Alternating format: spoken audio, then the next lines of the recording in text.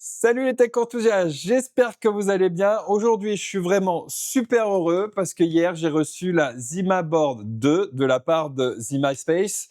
Et la Zimaboard 2, en gros, c'est un Raspberry Pi bourré aux hormones, bourré aux stéroïdes, tout ce que vous voulez, mais voilà, quelque chose de vraiment puissant pour sa taille. On est sur la version 2 qui est 3 fois plus puissante que la version 1. Et je sais pas si vous vous souvenez, la version 1, c'était cette petite carte noir et orange, super classe. Et à l'époque, j'en voulais vraiment une et j'ai pas pu pour différentes raisons. Et donc, quand ZimaSpace m'a proposé de m'envoyer la ZimaBoard 2, j'ai dit oui tout de suite, sans hésiter. J'ai récupéré le colis hier, j'étais excité vraiment comme un malade, surtout que le colis était gros. Et je me suis dit, ça va pas avec la taille de la carte, il y a un problème. Et j'ai commencé à déballer et franchement, j'étais super agréablement surpris et je me suis dit, bon allez, j'arrête là. Il faut absolument que je leur fasse un unboxing, que je leur présente la Zimaboard. Donc, je me suis arrêté là.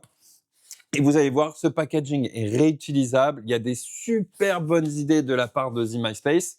Donc, on va faire une vidéo unboxing. Je vais vous présenter toutes les specs de cette carte et surtout vous dire qu'est-ce que vous allez pouvoir faire avec, que vous pouvez peut-être faire avec un Raspberry Pi 5, mais beaucoup plus difficilement. Puisqu'elle est très, on va dire, versatile. Vous allez pouvoir faire du NAS, vous allez pouvoir faire du HomeLab, vous allez pouvoir faire plein de choses. Donc, c'est ce qu'on va découvrir dans cette vidéo. Je ferai une vidéo plus tard parce que je vais la brancher, je vais la tester pendant une ou deux semaines et je referai une vidéo pour vous dire ce que j'en pense, etc. À la base, je m'étais dit, bon, allez, je vais installer un Proxmox, je vais mettre des containers, on va mettre plein de containers, on va voir ce que ça donne, on va mettre un Home Assistant. Et en fait, j'ai découvert qu'entre-temps, il y a ZimaOS qui est sorti. Donc, on va aussi tester ZimaOS, voir ce que ça donne, l'interface, et si c'est bien ou pas. Et si c'est de la merde, on retirera ça et on mettra Proxmox à la place. Mais ça, ce sera dans une seconde vidéo. Donc là, on part pour le unboxing. Allez, c'est parti. Allez, on va déballer tout ça. Alors hier, quand j'ai ouvert le Welcome to ZimaSpace, après j'ai ouvert et là, j'ai fait « Ah ouais, quand même, c'est propre ». J'adore ce orange, ça me rappelle la Zimaboard 1. J'adore. Donc, on a deux boîtes, Zimaboard 2, accessoires. On commence par le moins intéressant. Allez, hein, les accessoires, si j'arrive à sortir ça. Donc, au niveau des accessoires, alors, ici, on a un petit ventilateur, même si la Zimaboard 2 est fanless. Bon, on a quand même un petit ventilo pour aider. Donc là, on a des adaptateurs. Je vais sortir pour les différents types de prises. Alors ça, je vais vous avouer, je suis pas du tout fan. Parce qu'on a le packaging qui est super écolo, mais ça ne l'est pas en fait. Ça, c'est un peu dommage. Point négatif. Ensuite, on a Power Supply. OK. On va pouvoir mettre les petits adaptateurs. Et si je regarde, là, on est sur du 5 ampères, 60 watts, 12 volts. 60 watts, hein. Franchement, ça ne consomme pas des masses, hein. Donc ça, c'est bien. Comme ça ne va pas nous coûter trop cher en électricité. Là, on a des petits tournevis. Voilà. Et ensuite, ici, on a tout ce qu'il faut pour connecter des disques durs 3.5 avec du SATA. Donc là, ici. Donc, pas mal. Et ça, je suppose que c'est pour l'alimentation. OK. Donc, bon, assez basique au niveau des accessoires. Donc, on va virer ça. Et maintenant, passons sur le plus important, hein, la Zimaboard 2. Attention, on sort le bébé. Pas mal. Moi, j'adore ce orange. Je suis fan de ce orange. Allez, on retire ça. Regardez, c'est assez brut, hein. Au niveau carton, c'est assez brut, mais je trouve que ça rend bien. Donc derrière, on nous rappelle quelques specs. OK. On en parlera après plus en détail. Allez, on ouvre. C'est comme ça. Ouais, on ouvre. OK.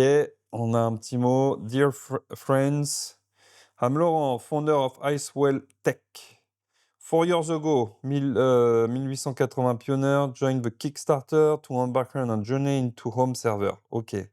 Today as we unveil Zimaboard 2.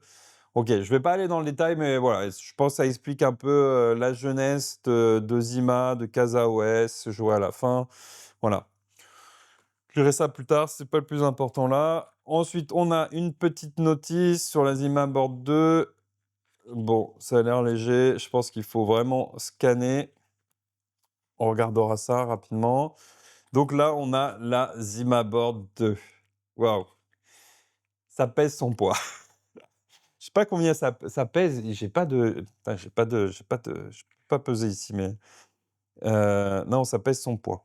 Donc c'est tout en alu. Alors honnêtement, niveau style, j'ai quand même une préférence pour la Zima Board 1, hein. Je sais pas vous, moi j'aimais bien ce noir avec ce orange. Bon là, c'est tout en alu, gris. Bon, c'est joli, hein, mais je suis un peu moins fan. Je suis un peu moins fan, donc là, on a les ailettes pour le refroidissement. Donc j'ai vu des photos, hein, rapidement, hein, normalement, on peut mettre le petit ventilo comme ça pour aider à refroidir. Mais ouais, ça pèse son poids.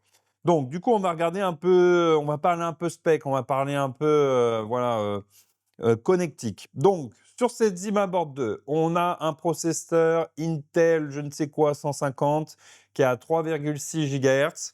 L'avantage avec ce processeur, c'est que vous allez pouvoir installer un peu ce que vous voulez. Vous allez pouvoir effectivement, utiliser ZimaOS qui doit être installé par défaut. Vous allez pouvoir, mettre un Proxmox, un Windows, un Linux, un Unread, un TrueNAS, enfin vous allez pouvoir mettre ce que vous voulez, un, Home Assistant OS, voilà. En termes d'OS, vous allez pouvoir mettre ce que vous voulez. Ce qui est pas forcément le cas sur un Raspberry Pi aujourd'hui. Si vous voulez mettre Proxmox, vous allez y arriver, mais ça va être un peu merdique quand même, hein, je vous préviens. Donc là, il y aura aucun souci. Ensuite, en termes de connectique réseau ici, on a 2 ports RJ45 en 2,5 GHz. Donc moi, je vois là sur pas mal de produits dernièrement, et même sur les Switch, hein, la plupart, sortent en, 2,5 GHz. Ça commence vraiment à être la norme. Ensuite, on a, 2 ports USB 3. Ici, on a un port, HDMI, mini HDMI et donc du coup, on a ici l'adaptateur avec du 4K. Ici, donc on a la prise d'alimentation. Ça, je vais en parler après. Ici, on a le SATA, 2 SATA. On a, tout ce qui est alimentation des disques durs ici. Et ensuite, là, on arrive sur le PCI Express. Donc là, c'est un 3.0, donc vous allez avoir pratiquement 1 gigabit seconde, un peu moins, hein, 980 si je dis pas de bêtises. C'est un 4 voies, donc vous allez pouvoir multiplier par 4, donc au total à peu près un peu moins, voilà, 4 gigabits seconde. Et du coup, sur ce port, bah, vous allez pouvoir, brancher pas mal de choses. Vous allez pouvoir brancher une petite carte, pour faire un hub, USB par exemple, une petite carte graphique, si vous voulez faire un peu d'IA ou du jeu vidéo. Alors vous enflammez pas, hein, c'est quand même un petit port PCI Express 4 voies, vous allez pas faire, des dingueries non plus. Ensuite, vous allez pouvoir connecter une carte pour pouvoir mettre des SSD NVMe, voilà. Vous pouvez brancher quand même pas mal de choses dessus et c'est ça qui est super intéressant, que vous ne pourrez pas faire sur, un Raspberry Pi. Enfin si, en mettant un adaptateur au-dessus mais vous serez à 500 gigabits, seconde, max. 500 mégabits pardon, hein. Hem, 500 mégabits donc bon, voilà, là, on est quand même sur quelque chose, de puissant. En termes de taille, on a à peu près le double d'un Raspberry Pi 5.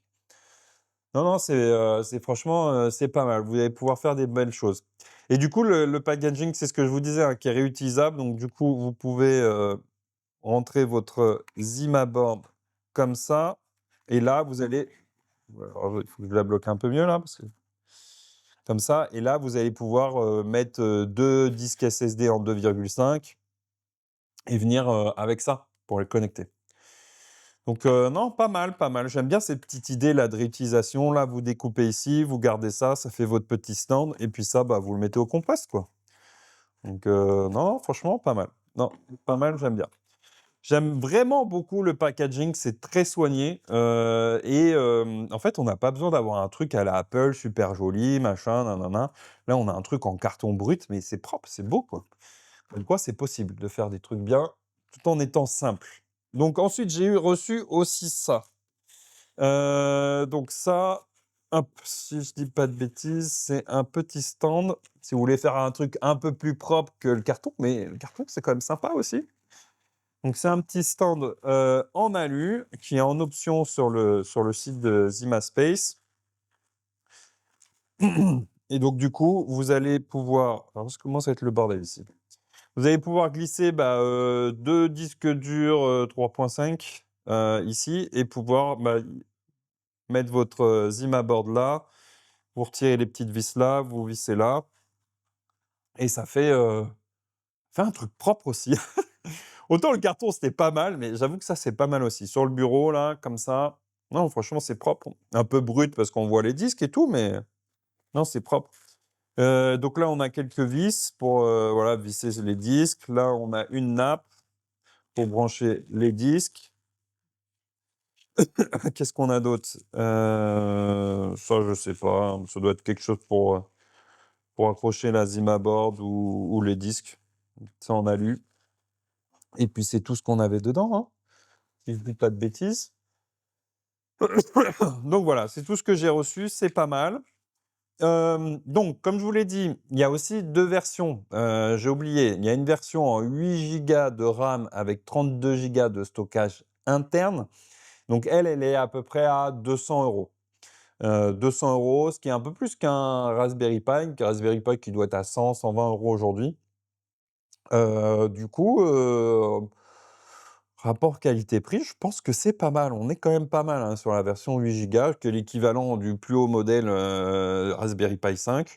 Non, franchement pas mal et donc du coup, ensuite, vous avez le modèle, bah, au-dessus, qui est 16 gigas de RAM avec 64 gigas, de stockage interne et lui, bah, du coup, il est à 300 €. Donc voilà. Si vous voulez faire du home lab, pas mal de home lab, franchement, je vous conseillerais plutôt la version 16 gigas parce que mine de rien, en container, quand on commence à mettre un certain nombre de containers, vous n'allez pas avoir de problème de processeur, hein, globalement, mais souvent, bah, là, c'est souvent la RAM qu'on consomme à mort, quoi. Donc je pense que la 16 gigas est quand même, mieux. Mais si vous voulez mettre juste, un Home Assistant ou 3-4 comment dire? Conteneurs, honnêtement, la 8 gigas est amplement, suffisante. Donc moi, maintenant, je vais aller la mettre dans ma braie de brassage, je vais brancher ça, je vais la faire tourner pendant 2 semaines. Je vais mettre, quelques trucs dessus. Je vais essayer surtout de découvrir, ZimaOS et ben, je vous refais une vidéo à peu près dans 2 semaines. Comme ça, je vous présente ZimaOS, voilà, voir si c'est bien ou pas. J'ai vu que, voilà, on peut faire du NAS. On peut aussi, il y a des centaines d'applications à installer. Donc pas mal de choses. Donc on va vraiment tester ZimaOS et puis, je vais vous dire, bah, si c'est bien ou si c'est de la merde et parce que, bah, si c'est de la merde, bah, on va virer ça et puis on va mettre un Proxmox dessus, quoi, ou un Unraid. En fait, vous pouvez mettre ce que vous voulez, hein. Mais on va tester quand même ZimaOS. On va voir ce que c'est, puis si ça me plaît pas, on mettra un Proxmox. Je pense qu'à terme, j'utiliserai plutôt en home lab de secours ou quelque chose comme ça, pas en NAS. En NAS, ça reste intéressant, hein, mais bon, j'ai déjà 2 NAS, j'ai pas besoin d'en avoir un troisième. Mais mais voilà. Donc c'était la Zima Board 2, qui m'a été envoyée par ZimaSpace et puis, bah, on se retrouve à peu près dans 2 semaines pour une nouvelle vidéo sur Innotech Review. J'espère que ça vous a plu et puis, bah, je vous souhaite quand même une très bonne année parce que je ne vous l'ai pas souhaité, puis on se retrouve très bientôt. Allez, à plus les tech enthousiastes.